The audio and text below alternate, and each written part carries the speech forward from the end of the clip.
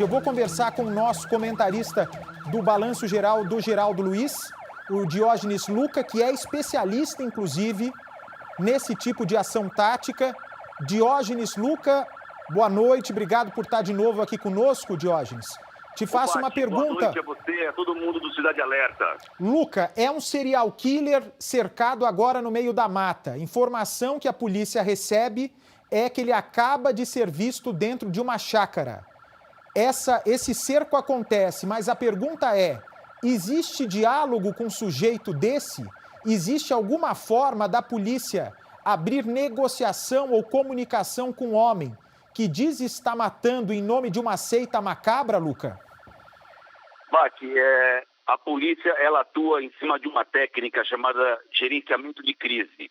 E é óbvio que ela vai tentar fazer a negociação, mas a gente sempre costuma dizer que não é a polícia que escolhe como o criminoso vem, e sim ele que vai escolher o destino dele. Se ele estiver disposto, ainda que com todo esse rastro que ele deixou de barbaridades cometidas, mas se ele estiver disposto a se entregar, a polícia vai garantir a sua prisão dentro daquilo que é a norma de gerenciamento de crise, que é a preservação de todas as vidas e levá-lo à justiça. Essa é sempre a opção da polícia. Agora, é claro, se ele forçar a barra, se ele resolver partir para cima, pode ter certeza que a polícia dará a resposta adequada, inclusive com o uso de força letal.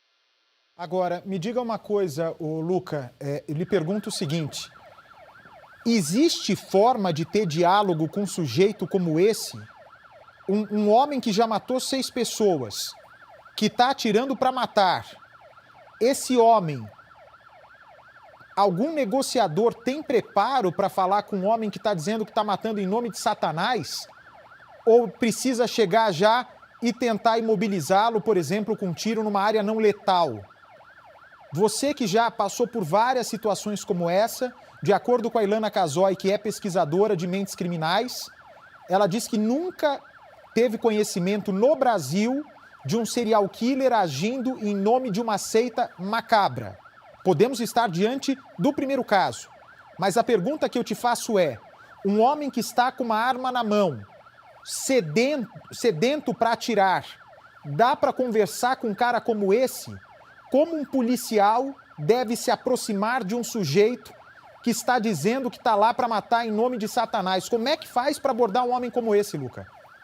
Sem sombra de dúvida, esse sujeito, nesse rastro de violência que ele tem deixado nessa empreitada criminosa que ele tem feito, é claro que a situação fica muito complexa. Mas a polícia sempre vai tentar a alternativa negociada, ela vai tomar todas as precauções, e uma coisa, Bate, é quando o sujeito está protagonizando, ou seja, ele está no comando, quando ele invade uma fazenda, quando ele invade uma casa e mantém uma família. Agora, é diferente quando ele se vê cercado pela polícia com uma força-tarefa como essa, que está sendo desencadeada com múltiplas forças. Aí me refiro à Polícia Militar, à Polícia Civil, à Polícia Rodoviária Federal e ao pessoal da tropa especializada. Portanto, eu imagino que, dependendo das circunstâncias, possa sim haver a chance de capturá-lo vivo. Depende muito como ele vai reagir no momento do cerco, quando a polícia estiver em contato com ele. Pode ser um processo de negociação ou pode ser o que nós chamamos de incitamento à rendição, quando o policial determina, larga as armas, saia com as mãos para cima, se ele colaborar, se ele cumprir isso, a vida dele será preservada, pode ter certeza. Caso contrário, a polícia fará uso de todos os recursos, inclusive a força letal. Há casos, inclusive, eu conversava com essa pesquisadora, que na hora que o homem se vê completamente cercado, com arma apontada para ele de tudo quanto é lado, a valentia fica um pouco de fora da cabeça dele nessa hora, né, Luca? Ele é louco pero no mútil.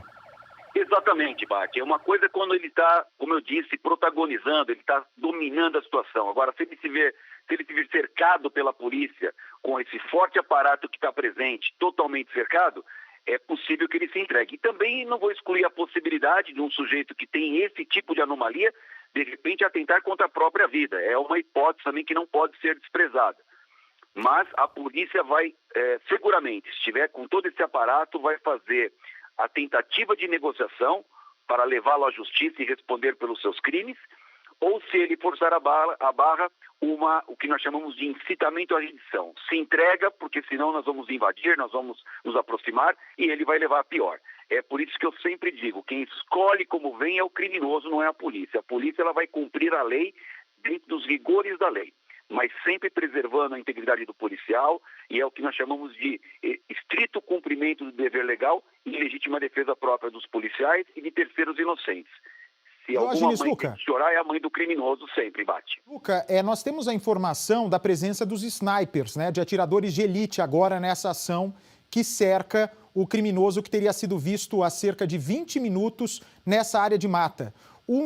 Me diga uma coisa, perdão a ignorância, eu já vi o sniper em casos de passagem de comitiva presidencial dos Estados Unidos, em caso de sequestro, onde eles conseguem ter um local de terra muito firme. Parece que o policial fez uma cena assim como se tivesse, acabou, né? Mas eu acho que não deve ser isso não que eu entendi. Eu já vou para lá com a Aline Barcelos. Enfim, o que eu te pergunto é o seguinte, o sniper que precisa ter uma mira, ele aponta geralmente quando é para liquidar, quando a ordem do sniper é para liquidar a pessoa, para executar a pessoa, o tiro geralmente é entre as duas sobrancelhas, é isso, Luca? Vamos lá. Em primeiro lugar, Bate, é muito importante entender que toda vez que uma tropa de elite vai para um local, o GAT ou o BOP, os nomes variam um pouquinho, mas o princípio de ação mesmo, eles vão com as 4 alternativas táticas. E quais são as 4 alternativas táticas? É a negociação, o emprego de técnicas não letais, o atirador de elite e a equipe de pronta resposta, a equipe de invasão. E o atirador de elite, ele pode fazer um tiro tanto preservando a vida, por exemplo, um tiro na perna, um tiro na mão para retirar uma arma, como ele pode fazer um tiro que nós chamamos em inglês one shot, one kill, um tiro, uma morte. É aquele tiro que o criminoso ele sequer ouve o barulho do disparo. Esse tiro atinge uma determinada parte da cabeça, que eu vou preservar aqui por questões de ordem técnica, a gente não dá os segredos da polícia, mas ele é um tiro que o sujeito cai absolutamente morto. Depende muito da circunstância e o sniper tem essa maleabilidade, ele tem essa alternativa, depende muito da ordem do comandante da crise, de como o sniper deve agir, Bate. Ô Luca, mas esse tiro consegue fazer com que a pessoa perca os sentidos antes de ter qualquer reação contra os policiais? Bate, se for um tiro, por exemplo, como eu disse, para preservar a vida, pode ser um tiro para imobilizá-lo, por exemplo, deixá-lo imóvel no local e aí a equipe vai lá e resgata o sujeito e leva para a justiça. Eu entendi, não, eu estou dizendo... outra possibilidade, Bate, que é o tiro para realmente eliminar completamente o risco.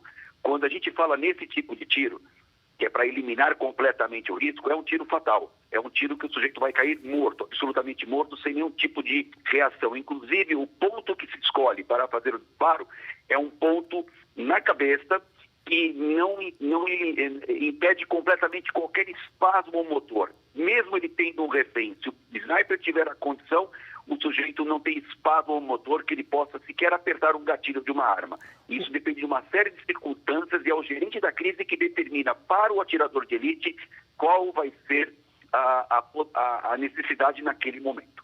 O Diógenes, Luca, mas para que o sniper consiga atirar, seja para imobilizá-lo instantaneamente ou para executar o criminoso, para matar o criminoso, né, por ordem do comandante da operação, ele precisa de um tempo, o sniper, o atirador de elite, precisa de um tempo para ter um local com terra firme. Quanto tempo ele precisa para se preparar para esse tiro que vai ser seguido por ordem do comando? Não sei se conseguiu entender minha pergunta. Eu quero saber, num ambiente como esse, escuro, no meio da mata, a polícia precisa enrolar o criminoso para que ele fique num local até que o atirador de elite se prepare? Se sim, quanto tempo um atirador de elite precisa para atirar, seja para imobilizar temporariamente ou para liquidar o criminoso que coloca em risco a vida das pessoas?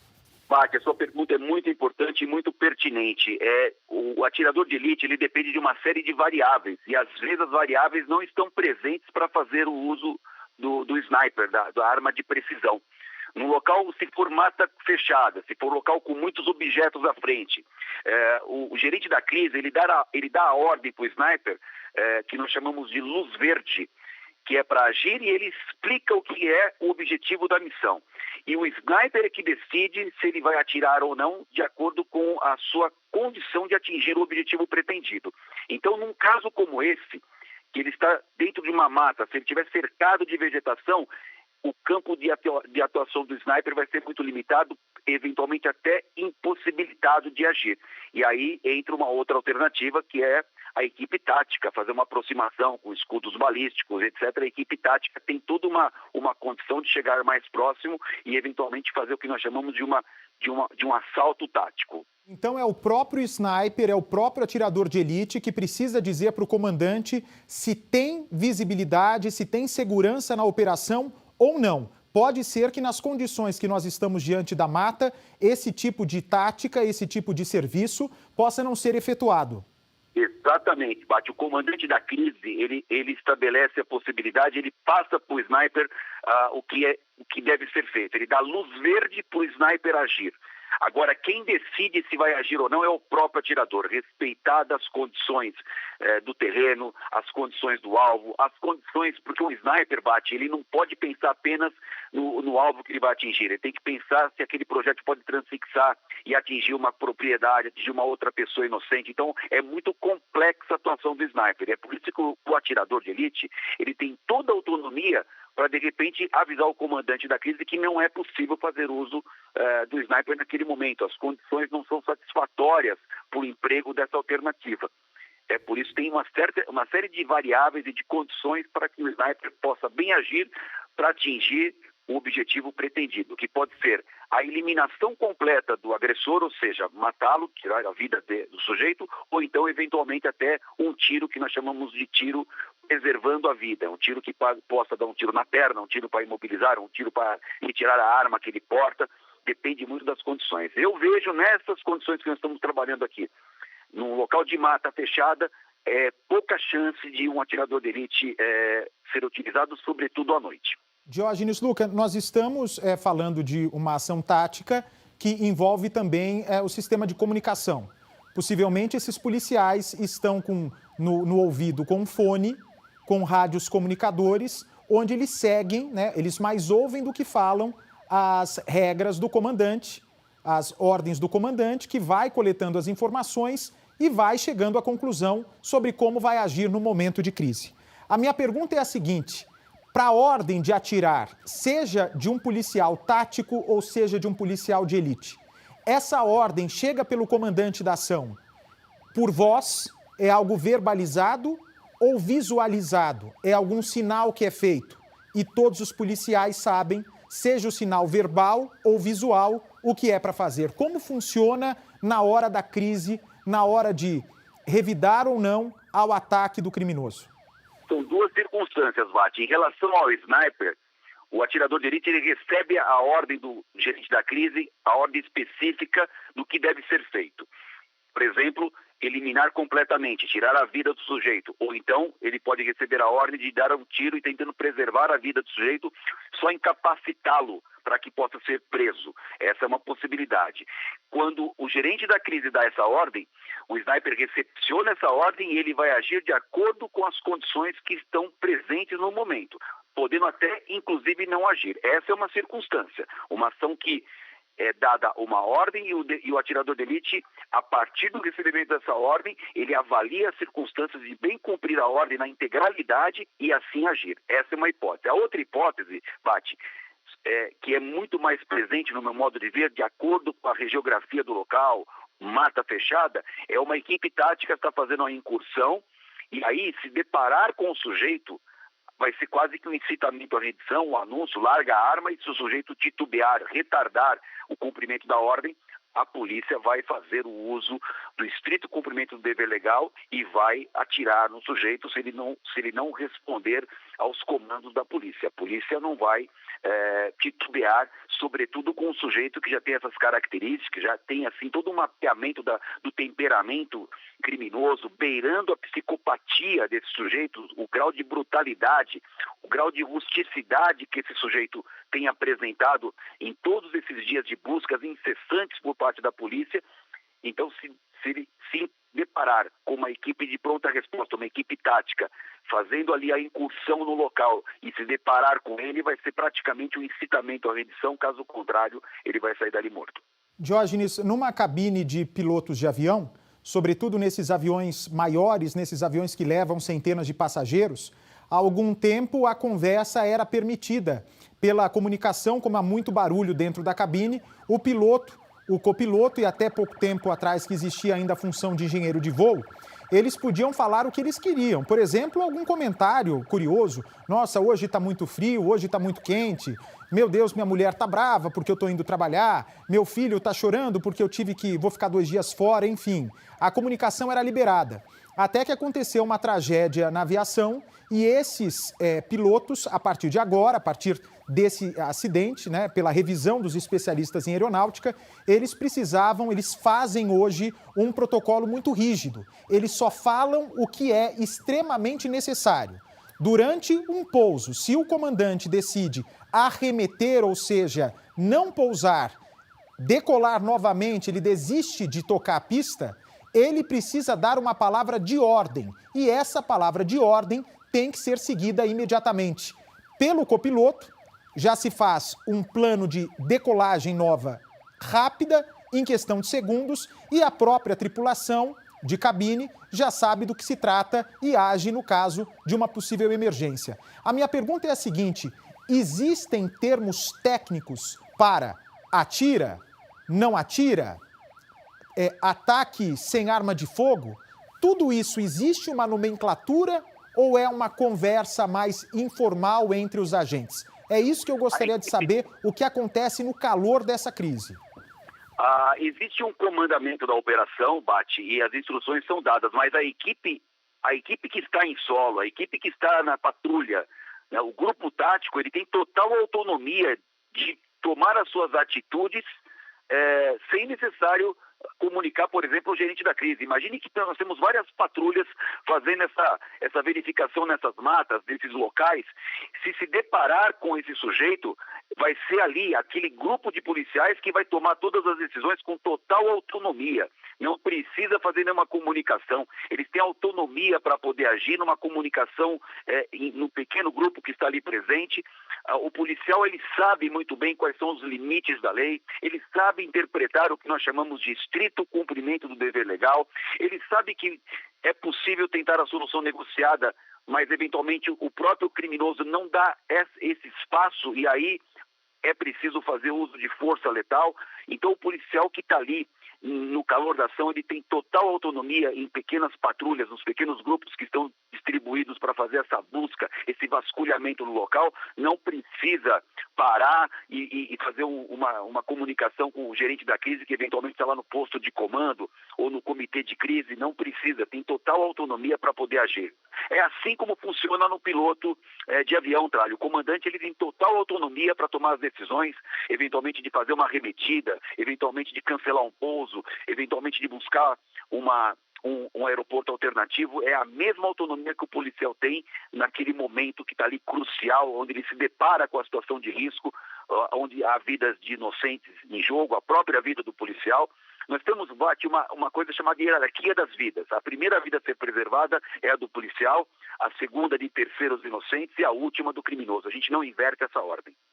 Nós recebemos agora a informação, eu sei que você está em deslocamento por algum lugar, Diógenes Luca, que é comentarista de segurança pública do programa do Geraldo Luiz às 6 da manhã, que se junta ao time de comentaristas, o melhor time de comentaristas de segurança pública do Brasil, ao lado do nosso mestre Percival de Souza, do nosso companheiro Renato Lombardi. Diógenes, nós estamos vendo a movimentação agora da polícia, porque acaba de chegar essa informação que o mateiro, que o serial killer foi visto numa fazenda. Imediatamente as viaturas se deslocaram até lá. Parece uma saída desordenada de todas as viaturas chegando ao mesmo tempo no local. Mas por rádio comunicador, toda a estratégia é definida, é isso? No meio do caminho até chegar ao serial killer, cada um já vai sabendo o que vai fazer ou chega na hora e vê o que vai acontecer? Porque as viaturas todas saíram de lá simultaneamente, parecia uma coisa desordenada. Mas parece ser algo bem orquestrado, bem organizado e que vai sendo desenrolado, inclusive no meio do caminho. Essa é a impressão que me dá. Pati, eu não tenho essa confirmação, mas eu posso falar quais são as boas práticas, né? É uma prática muito comum, muitas vezes, causar um efeito para para gerar um chamamento de atenção numa área e acontecer algo em outra área. A polícia de Goiás e toda essa força-tarefa está muito bem sintonizada nisso. Eles sabem a característica desse criminoso, eles sabem a rusticidade e como ele tem conseguido escapar, se escondendo em buracos, se escondendo sobre árvores em espera, se improvisando alimentação, porque ele é um caçador. Todo mundo já conhece as características. Eu duvido que a polícia não esteja mantendo os bloqueios nas estradas, não esteja mantendo algum tipo de proteção nas fazendas próximas. E é claro que à medida que sabe, chegou uma informação mais quente, uma informação mais precisa de que ele foi localizado numa região ou uma pista, é claro que a maior força se dirige para lá. Até porque o sujeito é muito perigoso e está armado. Agora, sem prejuízo das demais providências que a Força-Tarefa tem por prática fazer. Perfeito, Luca. Muito obrigado pela sua gentil entrevista, participação no Balanço. Participação no Balanço às 6 da manhã com Geraldo Luiz e agora aqui no Cidade Alerta.